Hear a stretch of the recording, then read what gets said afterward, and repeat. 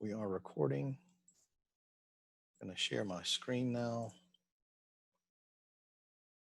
And somebody let me know, just confirm for me that you can see my screen. You should be looking at the syllabus. I can see it. Awesome. No matter how many times I do this, I always have a fear that I'm going to share my screen and then people won't see it. But of course, you're going to tell me anyway. But it's just one of my weird quirks, I guess. All right, well, let's look at the syllabus. And so we'll kind of go through some housekeeping stuff here as we're waiting on any stragglers that may join us. So next week, homework 8 is due. So we're going to go through the problem set 8 today. Final exam will be due on the 24th. So the 21st would be next Tuesday. That is when homework 8 is due. And then the 24th is Friday at the end of that week, of next week.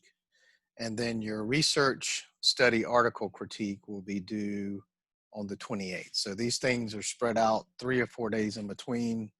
So that's nice to have that extra time to work on these things. So we've also got, okay, so let me just kind of walk through your expectation for the end of the semester here.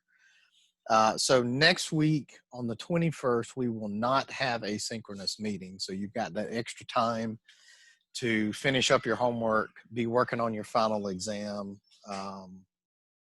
and also working on your study critique. Obviously, you can be working on that now or could have been working on it already. So you've got extra time next week to focus on that. And for the final exam, I wanted to let you know the format of that. It's a shorter exam than your midterm. In terms of the amount of work, I would say it's probably even less than half. So what you're going to do in the final exam, I want you to be able to respond to some questions about the different study designs that we've talked about. And I want you to be able to do some calculations based on the different study designs that we've talked about. So I will ask you some basic questions about 2x2 tables and what information goes where and that sort of thing. And I may put it in the context of a case control study or a cohort study or what have you. I'm also going to ask you some other just sort of application questions about the different study designs in terms of needing to be aware of and understand and be able to explain to me different biases that you may have given the study design. Sorry, that's my guard dog just went into action just because the front door opened. So I may ask you, to distinguish between some of the nuances, strengths and weaknesses between the different study designs, potential biases that you may have. So if you're thinking about something like case control study, you've got recall bias and that sort of thing. So you can pretty much guarantee that I'll ask you some question about that. But what I wanted to tell you about the final exam is that it will not be nearly as difficult as the midterm exam. There will be some calculations, but not nearly as much because we haven't done anything that heavy in this second part of the semester. It's been some light calculations with really more application in terms of study design. So that's what you're going to see on the exam. So don't expect it to be like an overwhelming amount of work. It'll, like I said, if anything, it's maybe half the work that you had to do for the midterm exam.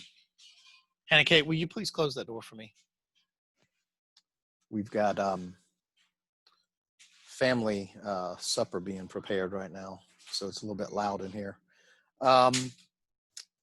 So let me stop right there and just see if there's any questions about the last homework, the final exam, the research article, and see if there's any questions that I need to answer related to those.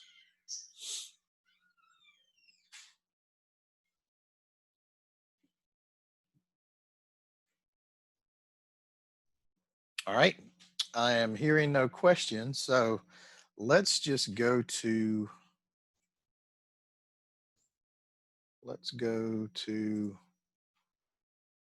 our problem set for tonight. All right, so this is a randomized controlled trial, and it's a specific type of randomized controlled trial.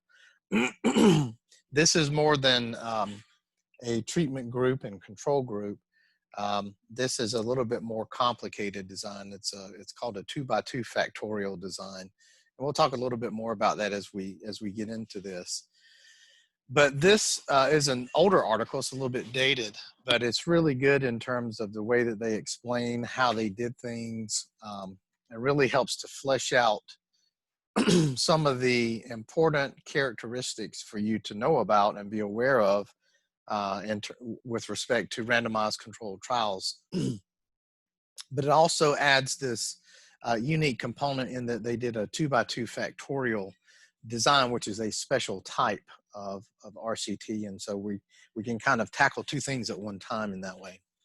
So in this study, they were looking at risk of cancer among older men 50 to 69 who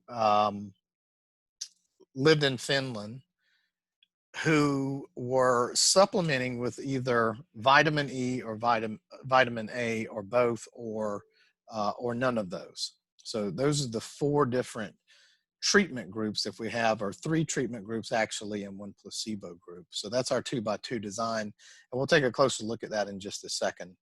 So there were 29,133 male smokers who participated in this Finnish study. The Finns have done a good bit of cancer research over the years, but they were a major leader in cardiovascular research, cardiovascular epidemiology in particular, just as a point of reference. So they wanted to determine whether daily supplementation of vitamin E, vitamin A, both of those together, or none at all, had any influence over the incidence of lung cancers or other cancers. So they looked at several different types of cancers. And so there had previously been some evidence that people who were taking beta carotene, which is actually a precursor of vitamin A, who were smokers, were actually at increased risk for lung cancer in particular. So that's one of the reasons why they were interested in beta carotene and vitamin E for this study. So how was the exposure allocated? And what I want to do is just bring this up here. I put this little table together for you just to summarize what they said. So we have, in this 2x2 factorial design, we have people who receive vitamin A only, vitamin B only, both vitamin A and vitamin B, and then those who receive a placebo do not receive vitamin A or vitamin B, excuse me. They also, and I'm kind of jumping ahead a little bit here, they also, by the way, it's just important to note at this point, excluded individuals who were supplementing with vitamin E, vitamin A, or beta carotene, which is, again, the precursor of vitamin A, as a way to control for having been exposed to that particular treatment, or possibly even a combination of treatments before they're allocated to one of these three treatment groups or placebo. And so that makes a lot of sense. So the purpose of the randomization was to, as always, the purpose is to evenly distribute any known or unknown factors or characteristics or histories, et cetera, that the participants might have that may have some influence on the outcome of being diagnosed with cancer. And so what they're trying to do is to tidy up their design in such a way that they can say at the end of the day, if they see any relationship between supplementation of any of these vitamins or combination or not, that the incidence of cancer, cumulatively speaking, with this larger data sample, could truly be attributed to that particular exposure or combination of exposures or no exposure. So that's really a way to describe that in a nutshell. So let me go back to the paper here. And so we can see in the very first part, on the first page, the very first part of the methods section, we can see we have some idea of how large the population is in that part of Finland, how large the total sample size is, and then again, a little over 7,000 that are allocated to one of 3 treatment groups or to a placebo group. They were followed up for 5 to 8 years or until death. And so because of that, we're going to see some person year calculations to account for length of time of observation in the study. What were the eligibility requirements for the subjects? They were recruited in 1985 through 1988 from responses to a postal survey, which was probably a pretty good way to do things in the 80s. You wouldn't get nearly as much response to that today as you would back then. And they lived in this designated area, and it was, what is it, southwest Finland. So they're interested in that particular group. Inclusion criteria, you had to be a smoker, at least 5 or more cigarettes per day at study entry. 50 to 69 years old, I've already said that, and then willing to give informed consent, that's always true. The exclusion criteria were history of cancer or serious disease that would limit their ability to participate. And again, I've already stated this, if they were taking vitamin E, vitamin A, or beta carotene,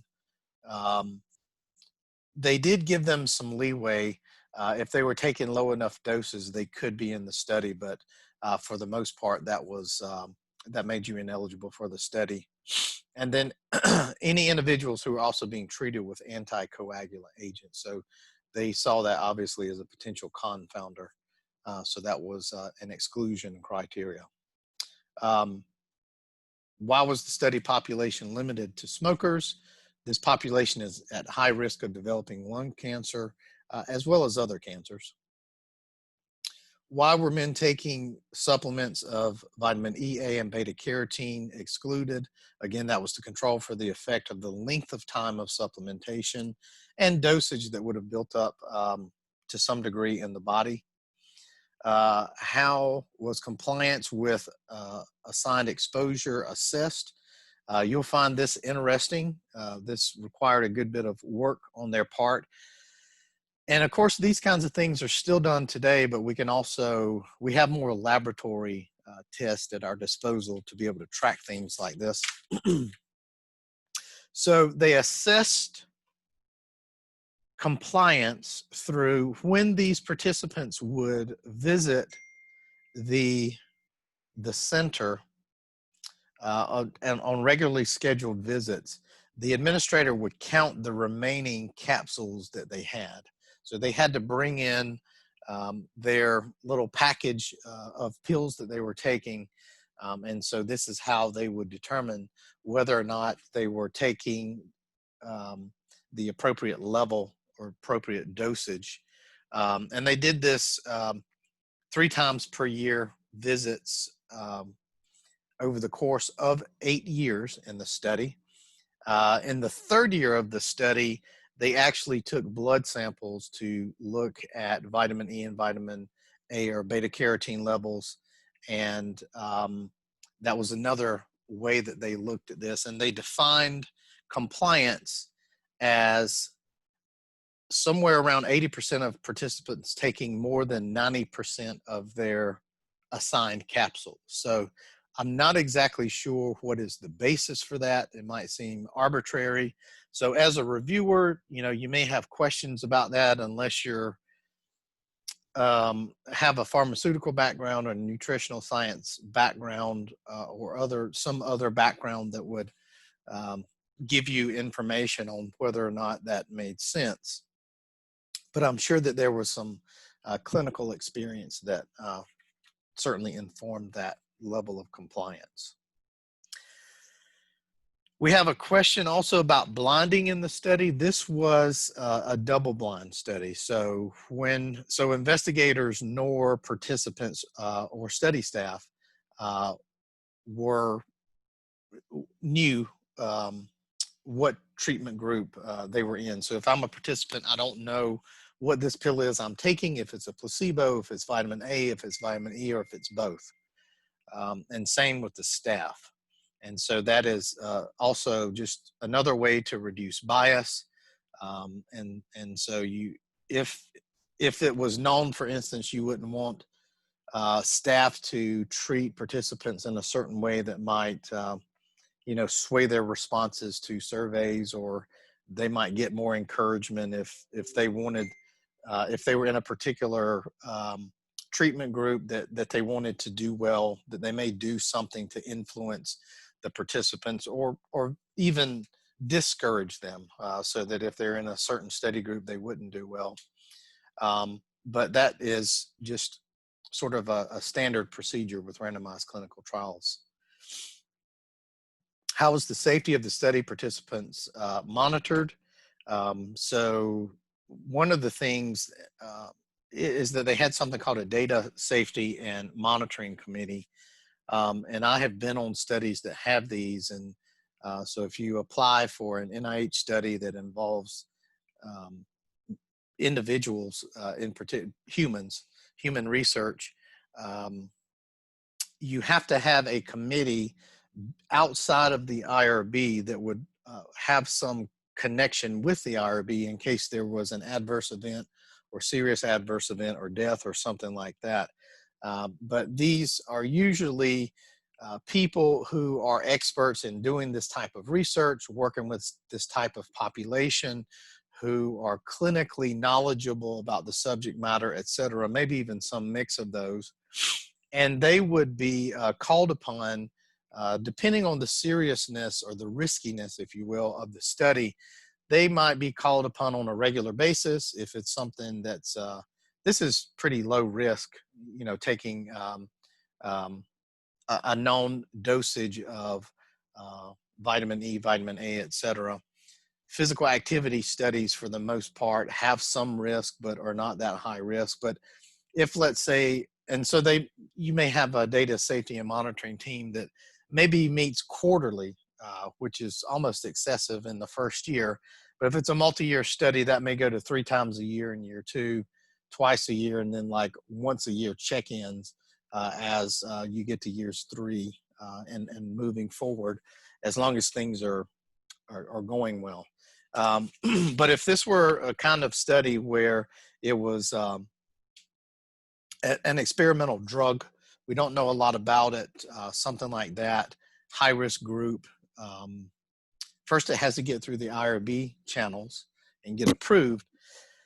But that might be a situation where you would have a data safety and monitoring board who is you're meeting with more often, who's more involved. And again, usually you can name those people, you can put that board together, and academics and medical scientists and so on, can count that as, not only can they get paid for it, but they can also count that as professional experience, service. They might file it under research for their own institutional promotion up the ranks and that sort of thing. So they also were able to track illnesses unrelated to cancer through the Finnish National Hospital Discharge Registry. So they could identify diagnoses for any of the individuals who were in their study through that particular data set.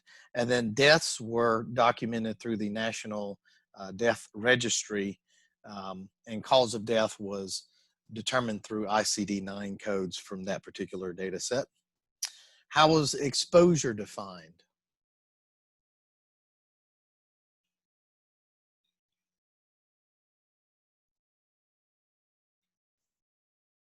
Just trying to find where that is on the page here, in case you want to be looking at that while I'm talking. Exposure was defined as a daily supplementation regimen of either 50 milligrams of vitamin E, or excuse me, vitamin A, or 20 milligrams of vitamin E, or both of those doses, 20 plus 30 together. So that was the dosage, and the frequency was, that was a daily dosage. How was this disease defined? And cases identified, cases of lung cancer were identified again through the cancer registry, Finnish cancer registry. Participants also receive a chest film every 28 months and at the end of their exit from the study. So that was additional screening that they were receiving to catch any problems, potential cases of cancer that were not determined otherwise.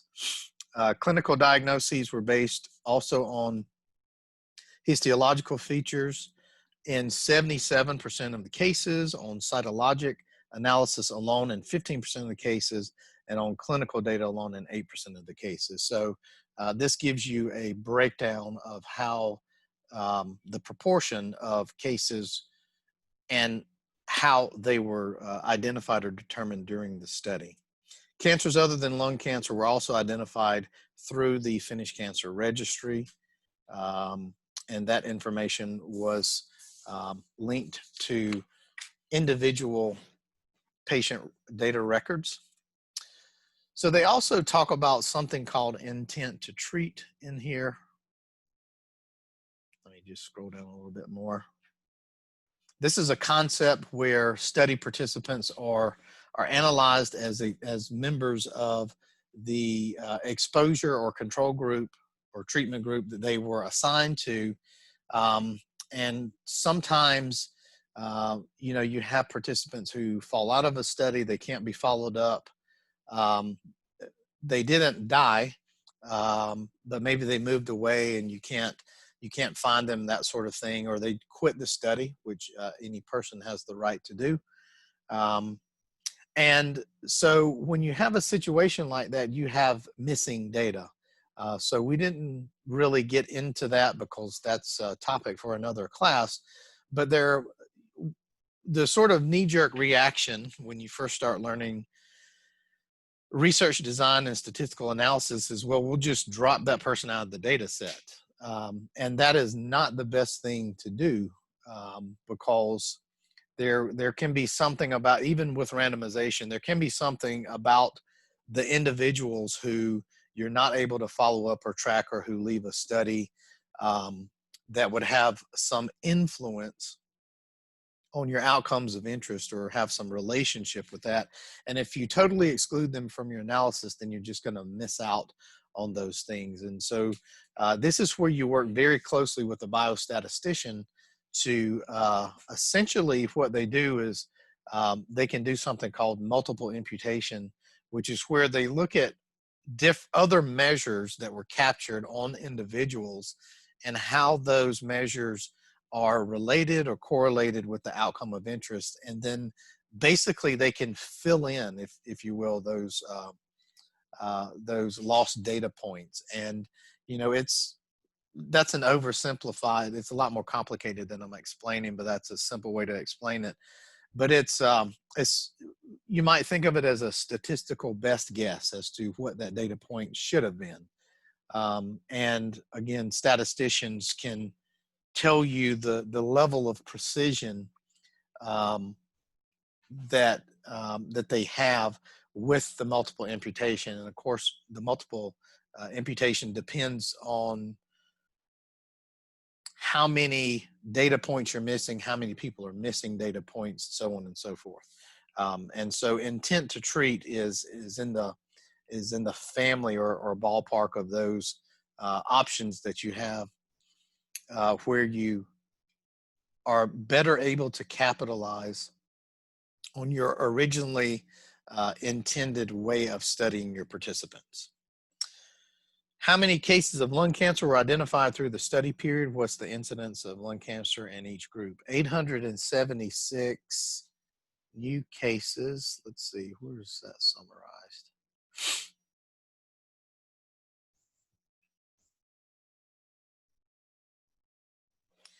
876 new cases of lung cancer were identified. The incidence rate per 10,000 person year in each group was, for vitamin E alone, 47.3 per 10,000 person year. For vitamin E and vitamin A combined, 55.3 per 10,000 person year. Vitamin A alone, 57.2 per 10,000 person year. And then placebo, 47.7 per 10,000 person year. What is the incidence ratio of lung cancer for men taking vitamin E relative to men not taking vitamin E? Or, excuse me, this is vitamin A, beta carotene. And we would find that here in figure 2, down at the bottom set of the bottom bar chart that we have here, not the top one. So if we, yes, if we look at that, we can see we would be looking at the number of cancer cases in the black bar and non-cancer cases in the lighter colored bar. So we've got 56.3% over 47.5%, and we get a risk ratio of 1.19. So this tells us that those men have 1.19 times greater risk of lung cancer in those men taking vitamin E relative to the men who were not taking vitamin E. And then if we look at the incidence ratio from the bar chart above, right there in the, still in figure 2 here, we want to know what's the incidence ratio of lung cancer for men taking vitamin E relative to men not taking vitamin E. So we were just looking at vitamin A, now we're looking at vitamin E. When we pull out the lung data here up top, we've got 51.3% of those with cancer and 52.4% of those without cancer. So when we look at that ratio, we have slightly less risk of developing lung cancer in men who are taking vitamin E relative to men who are not taking vitamin E. So that risk is 0.98. So we don't have a confidence interval around this, but it's essentially, it's about as close to 1 as you can get. So there's really no difference there. In other words, that's how we're interpreting that. So the next question is, and we can pull some of this data out from the results section here. Are these results statistically significant? Why didn't the author control for any possible confounding factors like age? So for the vitamin A participants, there was a small reduction in incidence, 2% during the entire trial, but that was not statistically significant because the p-value on that risk ratio that we have there is 0.8. So that's not even close to being significant. Among the men who received beta carotene, there was an 18% difference in the incidence between the participants who received beta carotene and those who did not by the end of the study. And the p-value on that was 0.01. And that indicates to us that lung cancer incidence was higher for the beta carotene users. And again, that had been observed in other studies and just confirmed in this one. No additional controlling for confounders is needed because this is a randomized controlled trial. And so you do have to do those things with cohort studies and other types of studies.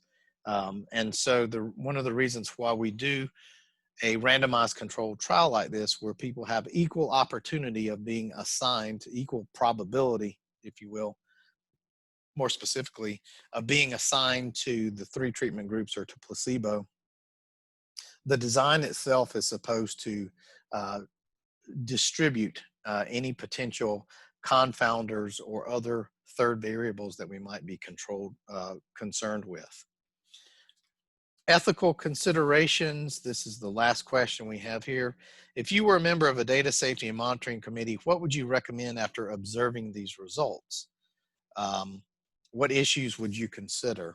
And what I have here is, based on the results of the study, I would not recommend supplementation of either vitamin E or beta carotene or both in male smokers. I would recommend further studies on vitamin E and or beta carotene supplements in other populations, such as non-smoking men, women, younger people, or the populations perhaps that have inadequate dietary intakes or poor diets, where you know those particular vitamins are missing.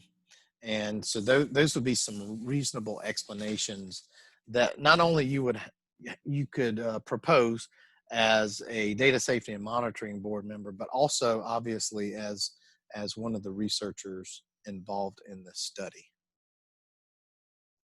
All right, so that walks us through the RCT. So I did hear a few people join us late. For those of you that joined, if you'll go back and take a look at the beginning of this recording, you'll see, and I'm showing you on my laptop, or excuse me, on my desktop here, I'm showing you that next week we've got homework 8 that's due on Tuesday, final exam due on Friday, and then your research study article critique will be due the following week on the 28th. So 3 more things to turn in. I am well aware that I am sorely behind on putting grades into gradebook, but I've been absolutely pulled away on 2 research projects, taking up all my time. So that's my excuse for not having your grades up at this point. But I can tell you that I've graded everything and I've looked at everything, and there's no major problems from the last few homeworks and the midterms. So everybody's looking good. Everybody's doing a good job. And so we've just got a few more weeks here to work through and wrap things up. And with that, let me stop once again and see if there are any questions before we sign off here.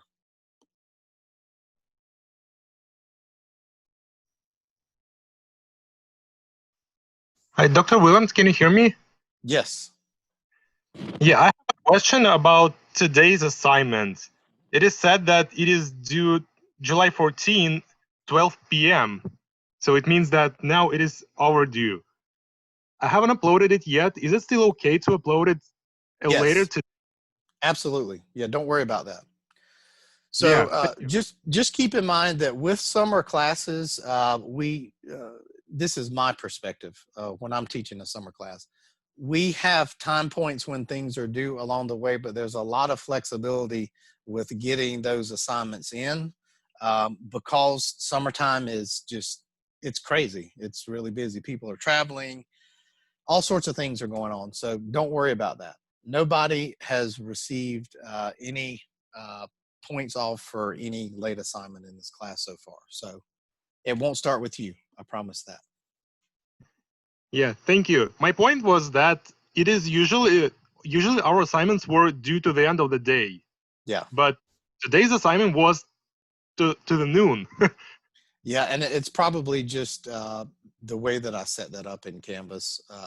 One click can modify that just a little bit, but don't worry about that. It's the same way with next week's assignment, but it probably meant, it's 12 p.m. So it's afternoon. It's probably meant for Yes. 12 a.m. is what I was thinking. Yeah, and it's usually it comes up as 11:59 p.m. Right. actually, but again, I'll have a little indicator where it says late, but I just totally ignore that. So don't worry about that. Yeah, mine says for homework 7/11/59. Oh, it says available but due. Never mind. Yeah, so you can just totally ignore it. All right, and also as we're winding things down here, I have given feedback along the way to some individuals on their article for the article critique. So if you have any outstanding questions about that, I would definitely get those to me sooner rather than later. You know, because that there's a good bit. That's not a difficult assignment, but there's a good bit of work you have to put into it. Because you literally go through line by line of an article, and you usually have to read through that thing several times to pull out all that information. So, you know, you want to make sure that something that you're dedicating that much time and effort to is not only something that's going to be appropriate for the assignment, but something that you enjoy as well. So try to balance that out. But again, if you see case control in the abstract or the title, if you see cohort study, if you see randomized clinical trial, that pretty much tells you that you have the right kind of study. If you're looking at the abstract and you see that odds ratios, relative risk, incidence, and prevalence, these sorts of things are being calculated, or if it's maybe looking at just other measures that we've talked about from an epidemiological perspective. Maybe you might see the term survival analysis. That is definitely an epidemiological study. So if you're having any problems, let's get those resolved now, so that you can wrap that up in the next couple of weeks. All right. Okay, everybody. So remember, no synchronous session next week, but I am available for any of you. If we need to do a check-in, you can do that by email, or we could set up a Zoom meeting or anything that you need as we're finishing out the last few weeks and last few assignments.